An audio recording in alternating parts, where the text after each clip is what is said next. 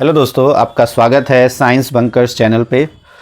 और आज हम वीडियो लेके आए हैं जो अभी रिसेंट में वैकेंसी आई है डीएसएसबी टीजीटी नेचुरल साइंस की। तो उसकी कंप्लीट डिटेल वीडियो रहने वाली है ये, जिसमें हम पूरा सिलेबस, एलिजिबिलिटी, एज रिलैक्सेशन, कैसा पेपर आना है, किस तरह से आपको तैयारी करना है, कंप्लीट डिटेल में बात करेंगे। तो एंड तक ज़रूर देखिएगा और वीडियो को फटाफट लाइक कर दीजिए। तो स्टार्ट करते हैं। तो जैसा कि आप सबको पता चल चुका होगा, डीएसएसबी की वैकेंसी एडवर्टीज़मेंट नंबर 06/2025 ये रिलीज़ हो चुकी है, जिसके फॉर्म्स कल से यानी कि 9 अक्टूबर से भरे जाएंगे।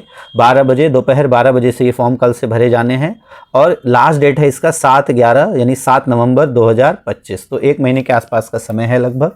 और बहुत सारी वैकेंसीज़ आई हैं, तो बहुत अच्छी अपॉर्चुनिटी है कि अगर इस बार आप ग्रैब नहीं कर पाए तो काफ़ी चांसेस आगे कम हो जाएंगे, क्योंकि अब 2025 के बाद अगली जो बड़ी वैकेंसी है, अगर आप देखो डीएसएसबी के जो अलग अलग पैटर्न्स के हिसाब से 2000 जो डीएसएसबी ओनली डीओई की वैकेंसी, ये जो सारी वैकेंसीज है ओनली डीओई की है, इसमें एनडीएमसी की नहीं है, सिर्फ डायरेक्टरेट ऑफ एजुकेशन की वैकेंसीज है।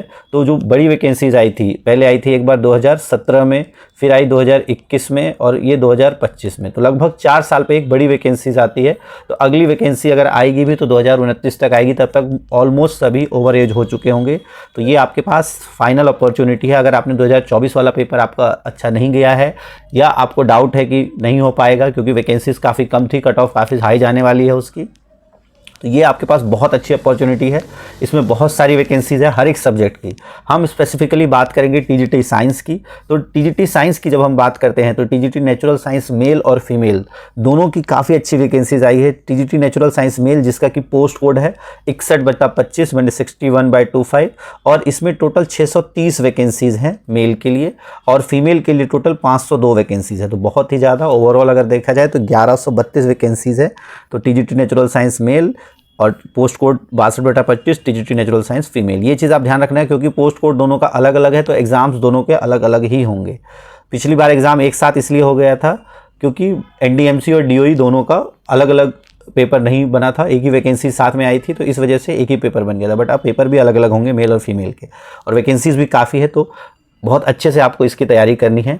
अब अगर हम बात करें जो इंपॉर्टेंट डेट्स, तो जो भी आपको फॉर्म फिल करने की लास्ट डेट है वो 7/11 रात के 11:59 तक। लेकिन मेरा सजेशन रहेगा अगर आपको फॉर्म भरना है तो जल्दी से जल्दी आप फॉर्म फिल कर लें। और अगर आपको इसकी डिटेल्ड नोटिफिकेशन चाहिए तो आप dssb.delhi.gov जाके वहाँ पे आप वैकेंसीज़ में जाके या जो ऊपर QR कोड है उस पर स्कैन करके आप ये नोटिफिकेशन पढ़ सकते हो। ओवरऑल वैकेंसीज़ अगर देखें तो सभी टीजीटी के मिला के 5346 वैकेंसीज़ है, बहुत ज़्यादा वैकेंसीज आई हैं।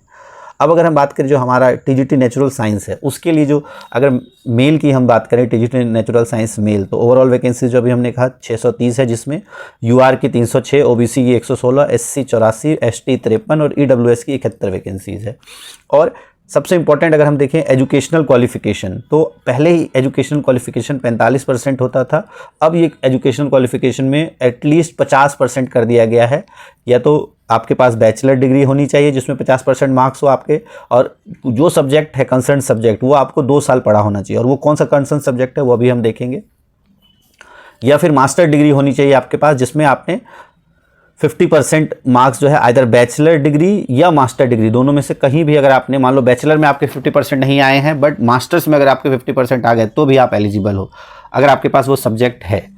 और अगर आपने 4 ईयर का इंटीग्रेटेड कोर्स किया है एनसीटीई से तो तब भी आप एलिजिबल हो, ठीक है। लेकिन उसमें आपको कंसर्न सब्जेक्ट 3 साल पढ़ा होना चाहिए।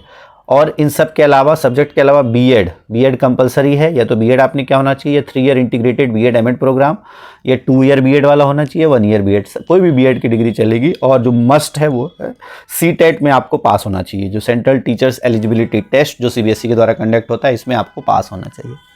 अब सब्जेक्ट्स की जब हम बात करते हैं, जो अभी हम कहें कि कम से कम 2 साल पढ़े होने चाहिए, तो वो कौन से ऐसे सब्जेक्ट हैं, तो उसमें आपके ये सारे सब्जेक्ट नेचुरल साइंस के जो स्टूडेंट्स हैं उनके लिए इनमें से कोई भी एक सब्जेक्ट 2 साल अगर आपने पढ़े हैं तो आप एलिजिबल हो, चाहे वो फिजिक्स हो, केमिस्ट्री हो, बायोलॉजी हो, botany, zoology, anthropology, life sciences, electronics, biotechnology, ये मेनली जो आपके ऑनर्स के कोर्सेज हैं उनसे ज़्यादा रिलेटेड है। आपने मान लो इलेक्ट्रॉनिक्स ऑनर्स किया है तो आप एलिजिबल हो, बायोटेक्नोलॉजी ऑनर्स किया है तो भी आप एलिजिबल हो, biochemistry, biomedical science, molecular cell biology, microbiology, applied sciences, ये जियोलॉजी, इनमें से कोई सा भी आपने कोर्स किया है तो वो आपका एटलीस्ट 1 सब्जेक्ट काउंट होगा और आप एलिजिबल हो उसके लिए।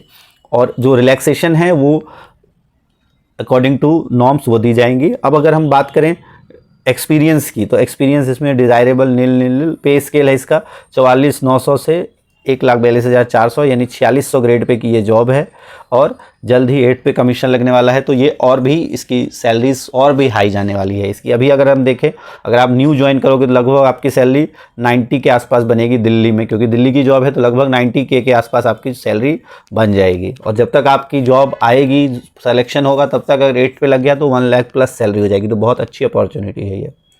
बस एक जो चीज़ यहाँ पर थोड़ी सी चेंज हुई है और थोड़ा सा यहाँ पर नेगेटिव पॉइंट है, वो है क्या कि जो एज है वो सिर्फ 30 साल है। इससे पहले एज ज़्यादा थी, बट अब जो एज है सिर्फ 30 साल है, और 5 साल जो है वो रिलैक्सेशन टू गवर्नमेंट सर्वेंट, अगर आप उस डिपार्टमेंट में हो तो आपको 5 साल का मिल सकता है, डिपेंडिंग अपॉन कि अगर आपने 3 साल जॉब कर ली है। ये अगर आप गवर्नमेंट सर्वेंट हो सेंट्रल गवर्नमेंट के और 3 साल आपने जॉब कर ली है तो आपको 5 साल तक का रिलैक्सेशन मिल सकता है। इन सब के अलावा जो कॉन्ट्रेक्चुअल एम्प्लॉई हैं सेम डिपार्टमेंट के, उन्होंने अगर उनको भी 5 साल का रिलैक्सेशन मिलेगा, प्रोवाइडेड कि उन्होंने कम से कम 120 दिन काम किया हो एक पर्टिकुलर साल में। जैसे मान लो उनकी जॉब 7 साल 8 साल से वो कर रहे हैं कॉन्ट्रेक्चुअल, लेकिन उनके 5 साल वो काउंट हो गए जिस साल उन्होंने कम से कम 120 दिन काम किया है। लेकिन ये सिर्फ एक बार मिलेगा, ये अपॉर्चुनिटी एक बार ही मिलेगी। आपने पहले इसका यूटिलाइज करके कर लिया है तो दोबारा नहीं मिलेगा, ठीक है। अच्छा, ये जो है ये ऐड ऑन है, ये ध्यान रखना आप। ये जो रिलैक्सेशन है ये ऐड ऑन रिलैक्सेशन है। जो आपकी कैटेगरी रिलैक्सेशन है वो तो मिलेगा ही मिलेगा, उसके ऊपर ये रिलैक्सेशन मिलेगा। उसके बारे में भी हम डिटेल में देखेंगे, समझेंगे। टीजीटी नेचुरल साइंस फीमेल की जब हम बात करते हैं तो फीमेल की जो वैकेंसीज है 220 यूआर की है, 120 ओबीसी की। बहुत ज़्यादा वैकेंसीज है, 120 ओबीसी की वैकेंसीज बहुत ज़्यादा है, क्योंकि ओबीसी की सीट्स ही फिल नहीं हो पाती। तो ओबीसी के जितने भी स्टूडेंट्स हैं दिल्ली के, उनको बहुत अच्छी अपॉर्चुनिटी है कि अगर आप मिनिमम कट ऑफ भी क्लियर कर लेते हो तो चांसेस आपके बन जाते हैं। SC ST EWS की 72 और टोटल 502 वैकेंसीज है। सेम वही हमने एजुकेशन क्वालिफिकेशन सेम है।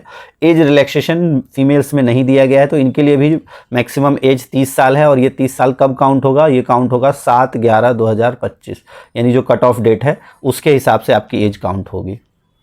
कॉन्ट्रेक्चुअल एम्प्लॉय के लिए सेम कि अगर आपने 120 दिन एक साल में काम किया है तो आपका वो 1 ईयर काउंट होगा, और टोटल आप 5 साल अगर आपने ऐसे काम किया है तो 5 साल का मैक्सिमम आपको रिलैक्सेशन मिल सकता है।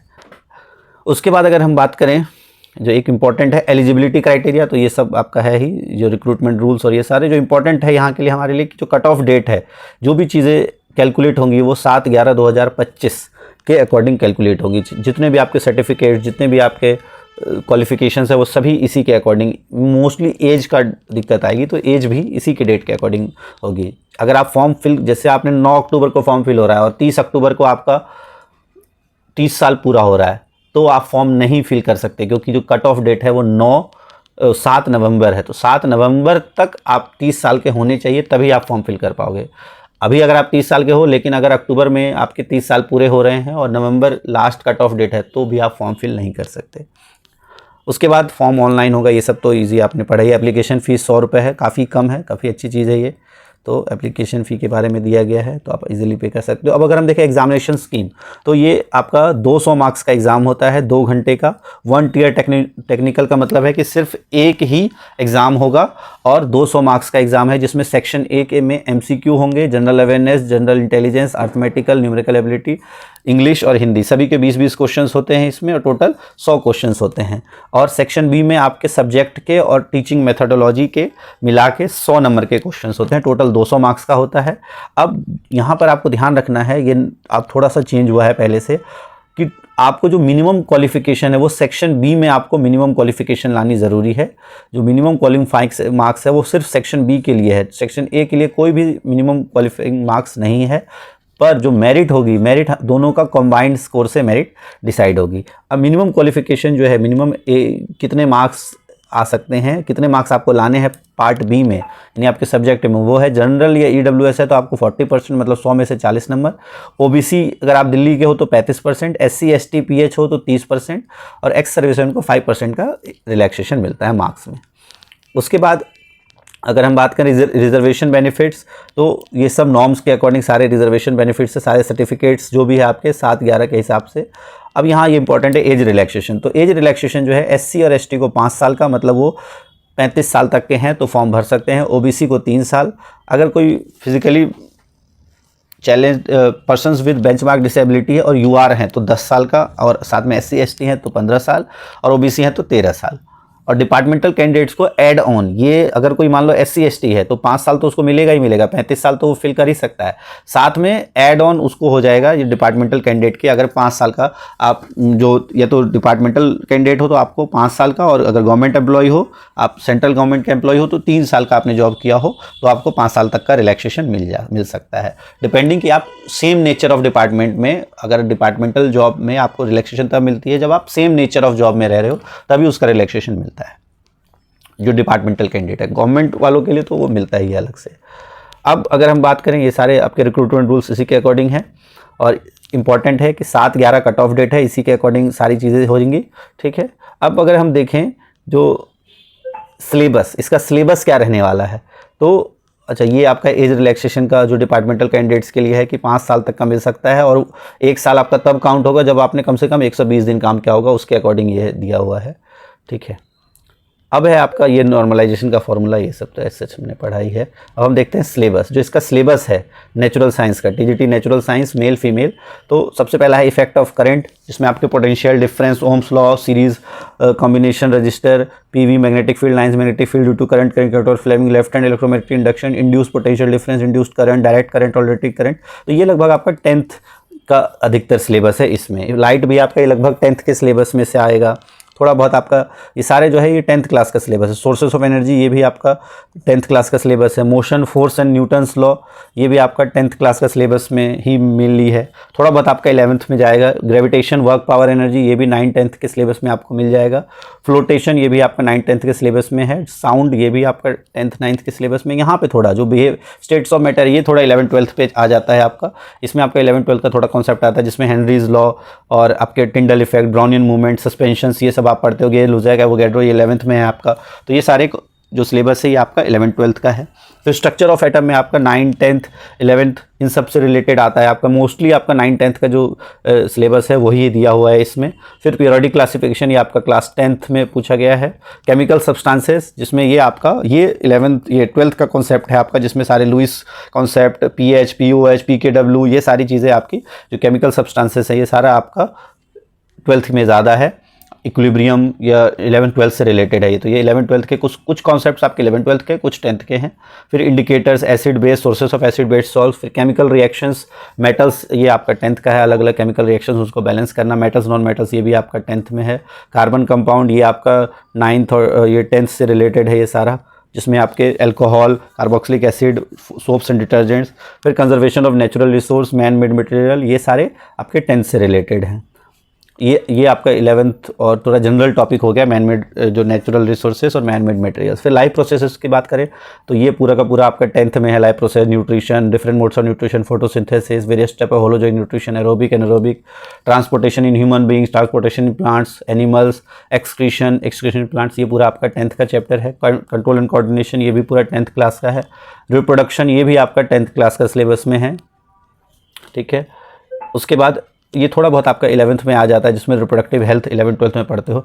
हेरिडिटी एंड इवोल्यूशन ये भी आपका 10th में है, लेकिन ओल्ड सिलेबस का, ये आप ध्यान रखना। न्यू सिलेबस में ये सारी चीज़ें हटा दी गई हैं, यहीं तक है बस, how is sex determinant, but जो ये ओल्ड सिलेबस का पार्ट है तो आपको ओल्ड सिलेबस को करना है। ये आपका 10th का है।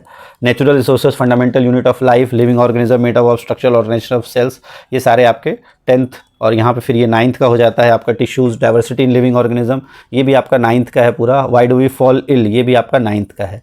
तो अगर सिलेबस आप देखो तो 9th और 10th का ही अधिकतर आना है, तो आप बेवजह 11th-12th के ज़्यादा टॉपिक्स मत पढ़ो, क्योंकि उसमें आपका टाइम वेस्ट होगा। तो इसलिए सिलेबस बहुत ज़रूरी है जानना, क्योंकि ये सारे सिलेबस के टॉपिक्स मोस्टली 9-10th में ही दिए हुए हैं।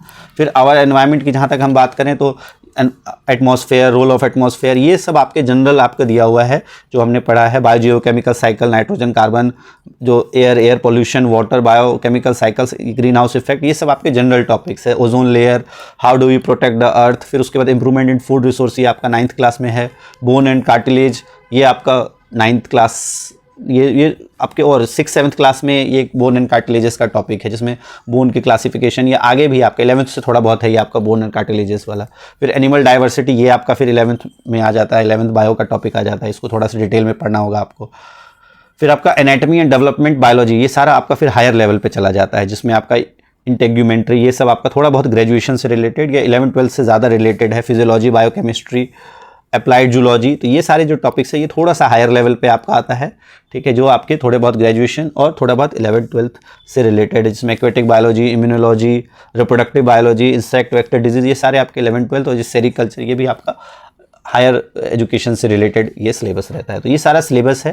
तो अगर आप देखो अधिकतर सिलेबस आपका 9-10 का है और थोड़ा बहुत आपका 11-12 का है और थोड़ा सा पार्ट जो है वो ग्रेजुएशन का है। तो इस तरह से आपको तैयारी करनी है। और तो ये आपने सिलेबस देख लिया, टोटल आपने किस तरह की कितनी वैकेंसीज़ है। ओवरऑल आपको जो टारगेट रखना है, अगर हम देखें पिछली बार लगभग इससे थोड़ी सी ज़्यादा वैकेंसीज थी, तब भी जो कट ऑफ था वो 130 प्लस गया था फीमेल्स में। तो आपको अभी से ही 130 प्लस नहीं 140 प्लस का टारगेट लेके चलना है, और मेल्स में आपको टारगेट लेके चलना है 130 प्लस का, तभी आप आगे कुछ कर पाओगे, सिलेक्शन ले पाओगे। टारगेट ज़्यादा रखोगे तभी हो पाएगा। अब आप सजेशन आपका आप कमेंट बॉक्स में लिखना कि आपको किस तरह की वीडियोस चाहिए, कि आपकी तैयारी हम किस तरह से कराएं, ठीक है। तो आप अपने सजेशंस कमेंट बॉक्स में दो कि डिटेल्ड टॉपिक वाइज कराया जाए, या आपको एमसीक्यू, हर एक टॉपिक के एमसीक्यू कराए जाएं सिर्फ, या पहले डिटेल में समझाया जाए फिर एमसीक्यू कराया जाए, और जो पार्ट ए है उसमें मोस्टली आपको किस टॉपिक पे ज़्यादा डिटेल में कराया जाए। तो ये सारे आप अपने सजेशंस ज़रूर देना कमेंट बॉक्स में, और किस तरह से आपको तैयारी की जाए। तो इसके अकॉर्डिंग फिर हम कोशिश करेंगे एक डिटेल्ड एनालिसिस करके एक कोर्स डिज़ाइन करने की, और तब आपको एक फेज्ड मैनर में पढ़ाने की, क्योंकि अच्छे से आप सिलेक्शन ले सको। और अगर आपने इस साल हमारे चैनल को फॉलो किया है तो भी आप अपने कमेंट्स ज़रूर बताना कि हमारे चैनल के किस वीडियोस से आपको ज़्यादा हेल्प हुई, ताकि उससे हमें मोटिवेशन मिले कि इस तरह से और कंटेंट हम बना सकें। तो वीडियो अच्छी लगे तो वीडियो को लाइक ज़रूर करें, चैनल को आपने सब्सक्राइब नहीं किया है तो कर लें, और ये चैनल आपको बहुत ही हेल्प करेगा सिलेक्शन पाने में। And all the best. कल से फॉर्म स्टार्ट हो रहे हैं फिलिंग, तो जल्दी से जल्दी अपने फॉर्म आप फिल कर लो और तैयारी शुरू कर दो। और इसके एग्ज़ाम्स कब होंगे, अगर हम देखें एक रफ़ आइडिया, तो आप मान के चलो इसके एग्ज़ाम्स जो हैं अगले साल मार्च में होंगे। एक रफ़ आइडिया आप लेके चलो, मार्च अप्रैल के आसपास अगले साल एग्ज़ाम होगा। तो आपको नियर बाय 4 से 5 महीने का टाइम है आपके पास, तो अच्छे से आप तैयारी कर सकते हो इन 4 से 5 महीने में, और हम कोशिश करेंगे कि अच्छे से तैयारी कराने की।